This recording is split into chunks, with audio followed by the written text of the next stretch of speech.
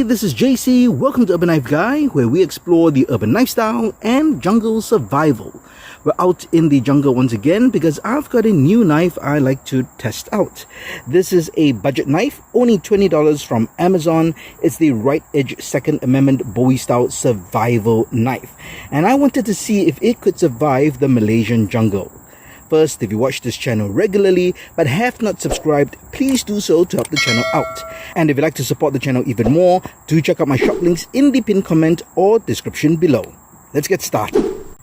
The brand of this knife is Rite Edge, that's R-I-T-E, and it's distributed by a company called Cisco Supplies, that's S-Z-C-O, on Amazon.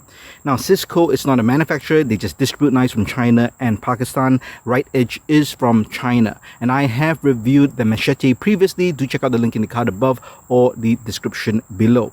This style knife is a combat tactical style knife. I do not own any of these, similar to like a K-bar or a Rambo style knife, but not with a hollow handle.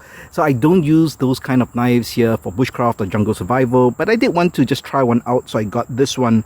And I thought that I would check it out and see if it can survive the jungle here, and also share with you whether it's a decent buy for $20 and might actually fit your particular needs. Let's talk about the sheath first. It's basically a nylon sheath, but pretty good quality. Double stitching all around, and there are rivets as well.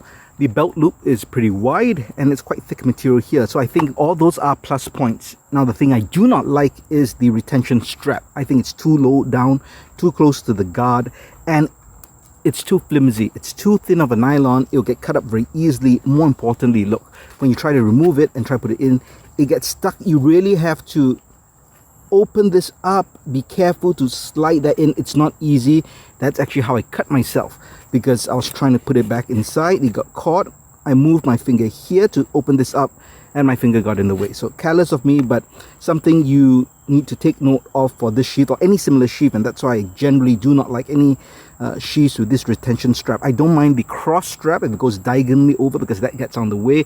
I do not like this type of retention strap. Okay, let's move that out of the way and let's have a look at the knife. As you can see, very tactical in nature, all black. This is the Second Amendment knife, obviously designed for the US market, because for this part of the world, Second Amendment means basically the right to have good food. Really large knife as well. Let's just talk about some of the specs. So it's 15 inches overall length, 9.5 inch blade, 5.5 inch handle. So it is very large, but you should take note, the specs that you see in the product description often do not match the actual product. For example, they said this is a 4mm knife. This is not. This is 3mm thick. They say it's 420 steel. That could be the case. I have no idea and no way to really test it. But it is supposed to be stainless steel, as it says here. It is a hollow grind. It is sharp off the box. It is really sharp. I cut paper and I cut myself, and I can tell you it is sharp. But with the hollow grind and that thinness of the blade stock and how it tapers to the front, not sure how good this tip is. I would say it's probably not going to be super strong. If you really try to pry it, I'm sure it's going to bend. In fact, I think even with that little thing, I see a bit of deformation on the tip right here. So very soft and very thin. So I won't really suggest this for prying, and generally for Bowie knives, you do not want to do that anyway. You can see there's a swedge here. It's a false edge, not sharpened, and there's this saw back designed for notches. We'll try it out later if that works. There is a guard here, and you can see this is not a full tang knife.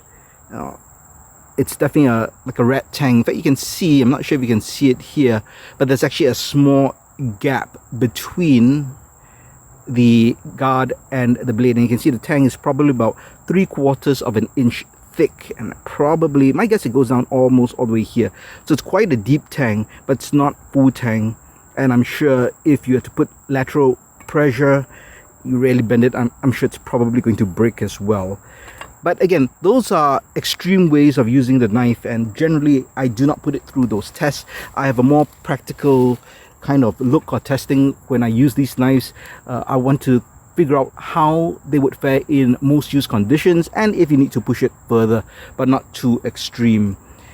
So this is a plastic or rubberized handle. I think it's more rubber, but could be a combination. and it's molded and it's held together by these screws, which you could probably take out. Now, comfort in the hand, I think it's okay, but from my experience, if you're going to use this, let's say for chopping or heavy use, I will probably get blisters at some point, just due to how rigid it is. And even though these grooves do give you a better grip in that sense, they also cause abrasions, at least for me. So that's something to take note of. So overall, I think in just the fit and finish, for $20, you really can't complain. If you are looking to use this as a wall hanger or decoration or cosplay companion piece, yeah, definitely I think that it's pretty decent. But I'm more interested to see if this can survive the jungle. Can this blade thickness and the grind hold up, and can the edge even hold up to just usual use? So let's put it through some simple tests, and then I'll come back and share with you my thoughts on the Second Amendment Bowie survival knife from Rite Edge.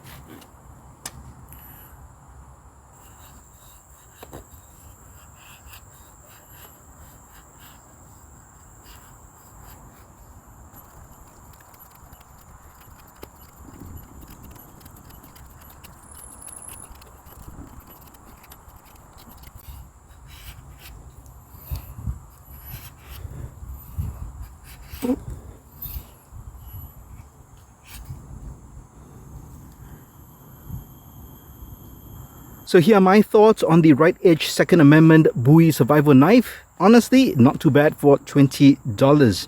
If you are looking for a beater and you like this style of knife and you want a big knife just to have fun and bring out to the jungle, I can't see you going wrong with this. It can chop, and that's a lot got to do with the hollow grind. And you can see after all that chopping, no chips, no deformation, which is actually pretty good. So definitely can slice, and at this size you could maybe even do some light trail clearing in the jungle if you need, because it is quite a large blade. I should mention that the top guard has gone loose over here. I'm not sure if you can epoxy that back, but that tends to be the case for a lot of these Bowie style knives with the guard.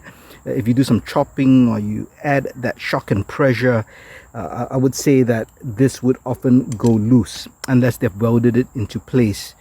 Now, in terms of the handle, as I suspected, ergo's not that great. I mean, in terms of a purchase, not a problem, but when you actually use it, it is not comfortable in hand. Definitely I could feel the shock vibration, even though this is a rat tang. As I was chopping, I definitely could feel the vibration. Now, moving on to battening, again, not an issue. I did not expect there to be any issue, again, because it can chop, and that grind could hold up. When it came to final work, let's say like doing the feather sticks, not a problem again in terms of the grind. I think what you have to get used to is that length of the blade, because the blade is much longer than blades I'm actually used to. So you forget how long it is, and as you feather stick, the front edge might hit a surface that you're working on.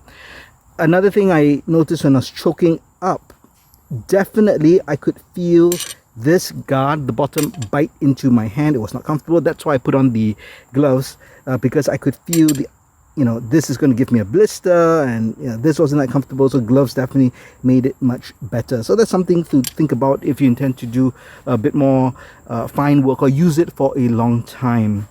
In terms of notching, I think you saw it. This is the end result. This is not a hard wood.